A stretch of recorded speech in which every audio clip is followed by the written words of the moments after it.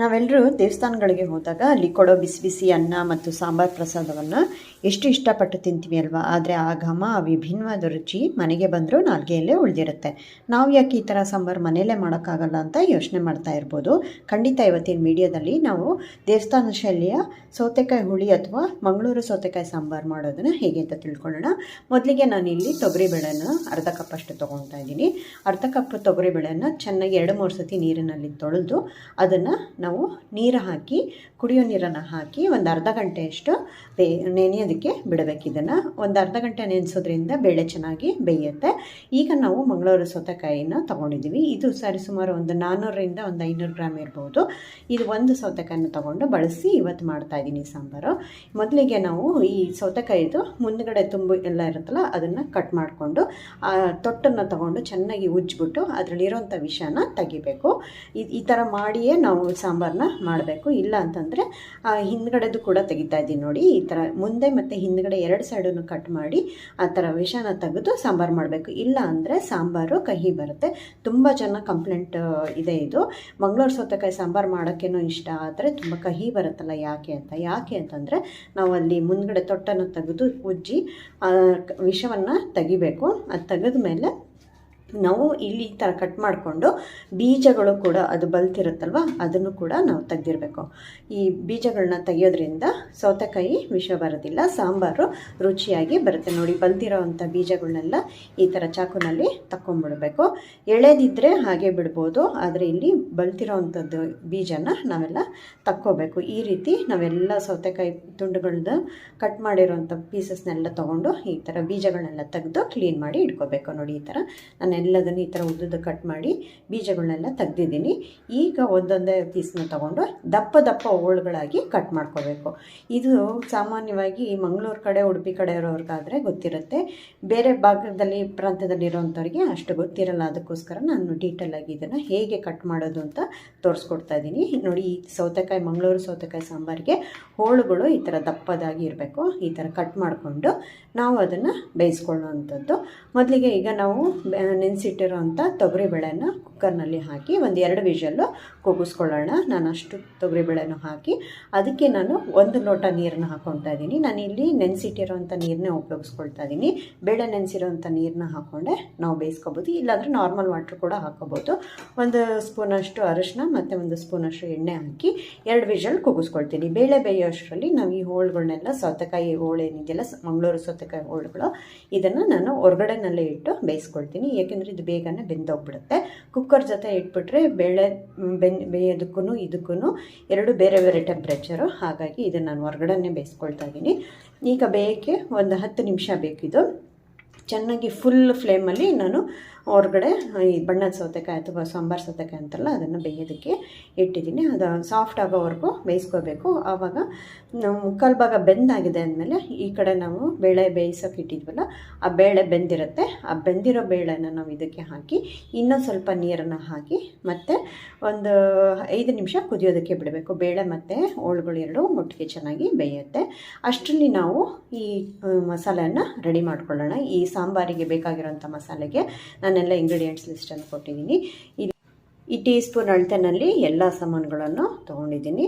ಒಂದೊಂದಾಗೆ ನಾವು ಹುರ್ಕೋಬೇಕು. ಇದನ್ನು ಸಣ್ಣೂರಿನಲ್ಲಿ ಚೆನ್ನಾಗಿ ಹುರ್ಕೊಂಡು ಆಮೇಲೆ ಇದನ್ನು ಮಸಾಲೆಗೆ ಉಪಯೋಗಿಸ್ಕೊಳ್ಳೋವಂಥದ್ದು. ಮೊದಲಿಗೆ ನಾವೀಗ ಒಂದೊಂದೇ ಸಾಂಬಾರು ಪದಾರ್ಥಗಳನ್ನ ಹುರ್ಕೊಳ್ಳೋಣ. ಅದಕ್ಕೆ ನಾನಿಲ್ಲಿ ಒಂದು ಪ್ಯಾನನ್ನು ಇಟ್ಟಿದ್ದೀನಿ. ಪ್ಯಾನ್ ಚೆನ್ನಾಗಿ ಕಾದ ಮೇಲೆ ನಾನಿಲ್ಲಿ ಕೊಬ್ಬರಿ ಎಣ್ಣೆನ ಉಪಯೋಗಿಸ್ತಾ ಇದ್ದೀನಿ ಹುರಿಯೋದಕ್ಕೆ. ಈ ಮಂಗಳೂರು ಸೌತೆಕಾಯಿ ಸಾಂಬಾರಿಗೆ ನಾನು ಎಲ್ಲ ಕಡೆ ಕೊಬ್ಬರಿ ಎಣ್ಣೆಯನ್ನು ಉಪಯೋಗಿಸ್ತಾ ಇದ್ದೀನಿ. ಈಗ 1 ಸ್ಪೂನು ಕೊಬ್ಬರಿ ಎಣ್ಣೆನ ಹಾಕ್ಕೊಂಡು ಕಾದ ಮೇಲೆ ನಾನು ಅರ್ಧ ಸ್ಪೂನಷ್ಟು ಮೆಂತ್ಯ ಹಾಕ್ಕೊಳ್ತಾ ಇದ್ದೀನಿ. ಸ್ವಲ್ಪ ಕೆಂಪು ಕಾದ ಮೇಲೆ ನಾನು ಉದ್ದಿನಬೇಳೆ 1 ಸ್ಪೂನು, ಕಡಲೆಬೇಳೆ 1 ಸ್ಪೂನು, ಜೀರಿಗೆ 1 ಸ್ಪೂನು ಮತ್ತು 3 ಸ್ಪೂನಷ್ಟು ಧನಿಯಾ ಬೀಜ ಅಂದರೆ ಕೊತ್ತಂಬರಿ ಕಾಳನ್ನ ಹಾಕ್ಕೊಳ್ತಾ ಇದ್ದೀನಿ. ಕೊತ್ತಂಬರಿ ಕಾಳು ಫ್ಲೇವರು ಇಲ್ಲಿ ಹೈಲೈಟ್ ಆಗುತ್ತೆ, ತುಂಬ ಚೆನ್ನಾಗಿರುತ್ತೆ ಸಾಂಬಾರು. ಈಗ ಇದಿಷ್ಟನ್ನು ಲೋ ಫ್ಲೇಮಲ್ಲೇ ಹಾಕ್ಕೊಂಡು ನಾವು ಚೆನ್ನಾಗಿ ಹುರ್ಕೋಬೇಕು. ಕೈ ಬಿಡದಲ್ಲೇ ಎಲ್ಲದನ್ನು ಒಂದೇ ಸಮವಾಗಿ ಅರೋಮ ಚೆನ್ನಾಗಿ ಬರೋವರೆಗೂ ಹುರ್ಕೋಬೇಕು. ಈಗ ನಾವು ಬ್ಯಾಡಿಗೆ ಮೆಣಸಿನ್ಕಾಯಿ ತೊಗೊಂಡಿದ್ದೀವಲ್ಲ, ಒಂದು 8ರಿಂದ 9 ಅದನ್ನು ಮುರಿದ್ಬಿಟ್ಟು ಅದನ್ನು ಕೂಡ ನಾನು ಹುರ್ಕೊಳ್ತಾ ಇದ್ದೀನಿ. ಎಲ್ಲದನ್ನು ಒಳ್ಳೆ ಪರಿಮಳ ಬರೋ ಥರ ಚೆನ್ನಾಗಿ ಹುರ್ಕೋಬೇಕು. ಹುರ್ಕೋಬೇಕು. ಕೊಬ್ಬರಿ ಎಣ್ಣೆ ಹಾಕಿರೋದ್ರಿಂದ ಒಳ್ಳೆ ಪರಿಮಳನೂ ಬರುತ್ತೆ. ಬೇಕಾದರೆ ನೀವು ಕಾಳು ಮೆಣಸು ಸೇರಿಸ್ಕೋಬೋದು, ನಾನಿಲ್ಲಿ ಸೇರಿಸಿಲ್ಲ. ಮತ್ತು ಖಾರಕ್ಕೆ ನೀವು ಗುಂಟೂರು ಮೆಣಸಿನ್ಕಾಯಿ 2 ಹಾಕ್ಕೋಬೋದು, ನಾನಿಲ್ಲಿ ಹಾಕಿಲ್ಲ.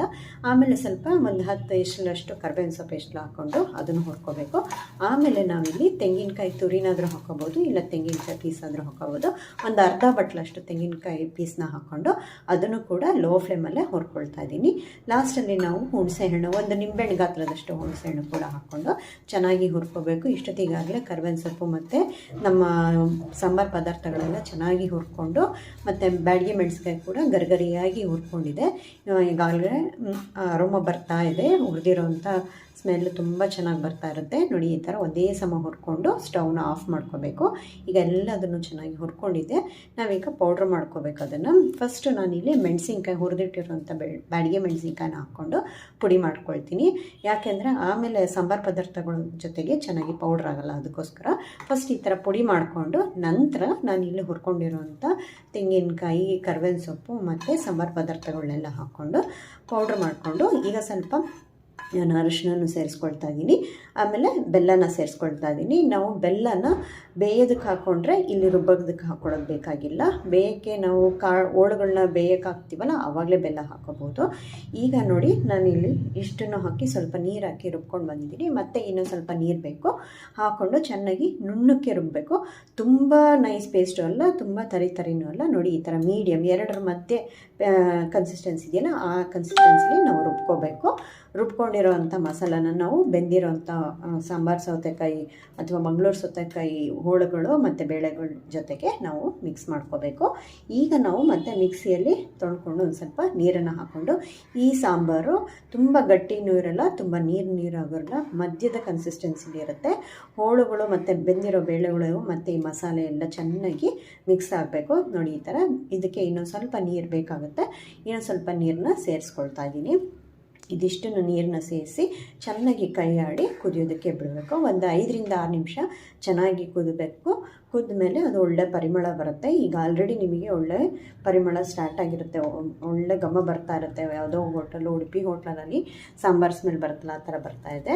ಈಗ ನಾನು ಉಪ್ಪನ್ನ ಸೇರಿಸ್ಕೊಳ್ತಾ ಇದ್ದೀನಿ. ಹೋಳುಗಳನ್ನ ಬೇಯೋದಕ್ಕೂ ಕೂಡ ಸ್ವಲ್ಪ ಉಪ್ಪು ಹಾಕಿರೋದ್ರಿಂದ ಇಲ್ಲಿ ಉಪ್ಪನ್ನ ನೋಡ್ಕೊಂಡು ಹಾಕ್ಕೋಬೇಕು.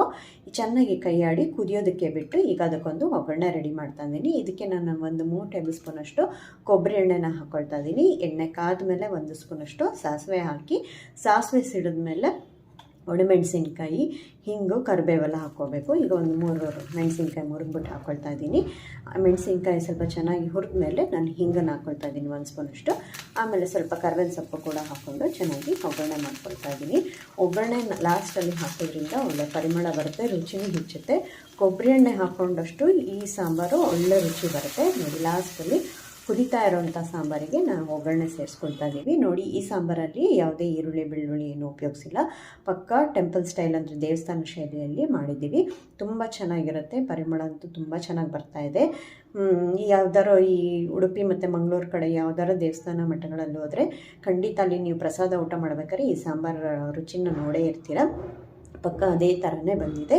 ಇದರಲ್ಲಿರೋ ಸೀಕ್ರೆಟ್ ಏನು ಅಂದರೆ ಫ್ರೆಶ್ ಆಗಿ ಹುರಿದಿರೋವಂಥ ಮಸಾಲೆ, ಹುರಿದು ಪುಡಿ ಮಾಡಿ ಅದನ್ನು ರುಬ್ಬಿರೋವಂಥ ಮಸಾಲೆ, ಅದನ್ನು ಮಾಡಿಕೊಂಡ್ರೆ ಸಾಂಬಾರು ಖಂಡಿತ ತುಂಬ ಚೆನ್ನಾಗಿ ಬರುತ್ತೆ. ಈ ಮಂಗಳೂರು ಸೌತೆಕಾಯಿ ಸಾಂಬಾರಂತೂ ಅದ್ಭುತವಾಗಿ ಬರುತ್ತೆ. ಇದನ್ನು ನೀವು ಇಡ್ಲಿಗೂ ಕೂಡ ಹಾಕ್ಕೊಂಡು ತಿನ್ಬೋದು. ಬಿಸಿ ಬಿಸಿ ಅನ್ನಕ್ಕೆ ತುಪ್ಪ ಹಾಕ್ಕೊಂಡು ಈ ಸಾಂಬಾರನ್ನು ಹಾಕ್ಕೊಂಡು ತಿಂದರೆ ಪಕ್ಕ ನೀವು ಯಾವುದೋ ಮಂಗಳೂರು ಅಥವಾ ಉಡುಪಿ ದೇವಸ್ಥಾನಗಳಲ್ಲಿ ಊಟ ಮಾಡ್ತಾಯಿದ್ದೀರಾ, ಪ್ರಸಾದ ಊಟ ಮಾಡ್ತಾಯಿದ್ದೀರಾ ಅಂತ ಅನಿಸುತ್ತೆ. ನೀವು ಒಂದು ಸತಿ ಟ್ರೈ ಮಾಡಿ ನೋಡಿ. ಈ ಥರ ಬಿಸಿ ಬಿಸಿ ಅನ್ನಕ್ಕೆ 1-2 ಸ್ಪೂನ್ ತುಪ್ಪ ಹಾಕ್ಕೊಂಡು ಈ ಮಂಗಳೂರು ಸೌತೆಕಾಯಿ ಸಾಂಬಾರು ಮಾಡಿರೋದನ್ನು ಹಾಕ್ಕೊಂಡು ಬಡಿಸ್ಕೊಂಡು ಊಟ ಮಾಡಿದ್ರಂತೂ ನೀವು ಖಂಡಿತ ನೀವು ನಿಜವಾಗ್ಲೂ ಕಳೆದೇ ಹೋಗ್ಬಿಡ್ತೀರ. ಅದು ಯಾವುದೋ ದೇವಸ್ಥಾನದಲ್ಲಿ ಊಟ ಮಾಡ್ತಾಯಿದ್ದೀನಿ, ಪ್ರಸಾದ ಊಟ ಮಾಡ್ತಾಯಿದ್ದೀನಿ ಅಂತ ಅಷ್ಟು ಒಳ್ಳೆ ಫೀಲಿಂಗ್ ಬರುತ್ತೆ ನಿಮಗೆ. ತುಂಬ ರುಚಿಯಾಗಿದೆ. ಹೋಳುಗಳು ತುಂಬ ಚೆನ್ನಾಗಿ ಬೆಂದಿದೆ. ಮತ್ತು ಹಾಕಿರೋವಂಥ ಮಸಾಲೆಗಳು, ಬೆಲ್ಲ, ಉಪ್ಪು, ಹುಳಿ ಎಲ್ಲದೂ ಒಂದೇ ಸಮವಾಗಿ ಚೆನ್ನಾಗಿ ಹೊಂದ್ಕೊಂಡಿದೆ. ನೀವು ಒಂದು ಸತಿ ಈ ರೆಸಿಪಿನ ಟ್ರೈ ಮಾಡಿ, ತುಂಬ ಚೆನ್ನಾಗಿ ಬರುತ್ತೆ. ಮಾಡಿಬಿಟ್ಟು ಕಮೆಂಟಲ್ಲಿ ತಿಳಿಸಿ ಹೇಗೆ ಬಂತು ಅಂತ. ತುಂಬ ಚೆನ್ನಾಗಿ ಬಂದಿದೆ ಇದು ನೋಡಿ. ಈ ಥರ ಬಿಸಿ ಬಿಸಿ ಅನ್ನಕ್ಕೆ ಈ ಮಂಗಳೂರು ಸೌತೆಕಾಯಿ ಸಾಂಬಾರು ಕಲಿಸ್ಕೊಂಡು ತಿಂದರೆ ಅಂತೂ ಅದ್ಭುತವಾಗಿರುತ್ತೆ. ನೀವು ಒಂದು ಸತಿ ಟ್ರೈ ಮಾಡಿ. ಈ ರೆಸಿಪಿ ಹೇಗೆ ಬಂತು ಅಂತ ಕಮೆಂಟ್ ಮಾಡಿ ತಿಳಿಸಿ. ಈ ವಿಡಿಯೋ ಇಷ್ಟ ಆಗಿದ್ದರೆ ಲೈಕ್ ಮಾಡಿ, ಶೇರ್ ಮಾಡಿ ಹಾಗೂ ನನ್ನ ಪಕ್ಕದಲ್ಲಿರೋ ಬೆಲ್ಲೈಕನ್ ಒತ್ತಿ ನನ್ನ ಚಾನಲ್ನ ಸಬ್ಸ್ಕ್ರೈಬ್ ಮಾಡಿ. ಮತ್ತೆ ಮುಂದಿನ ವೀಡಿಯೋದಲ್ಲಿ ಸಿಗೋಣ. ಅಲ್ಲಿವರೆಗೂ take care, eat healthy. Thanks for watching.